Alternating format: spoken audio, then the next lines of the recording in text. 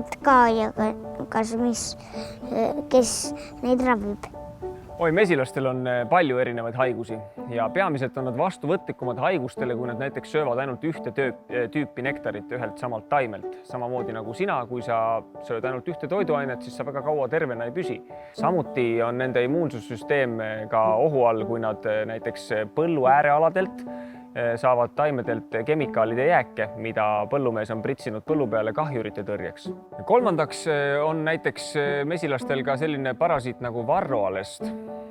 Lestad levitavad teatavasti palju viirusi, mis toovad tarru need haigused sisse ja võivad ka terve pere hukule viia. Ja tegelikult on mesilastel terve pikk nimekiri erinevaid haigusi, mis võivad neid kimbutada. Aga mesilastel on õnneks ka imevahend nimega taruvaik, mida nad oskavad valmistada. See on selline antibakteriaalne aine, mida nad laotavad oma lennulaua ette, et kui õuest tulevad uued mesilased korjelt, siis nad alati kõnnivad sealt üle, mis puhastab nende jalad ära. Samuti kui näiteks tarru on sattunud mõni hiir või mõni muu võõras loom, siis nad katavad ta täielikult selle taruvaiguga, et ta ei läheks seal roiskuma ega tekitaks haigusi tarus.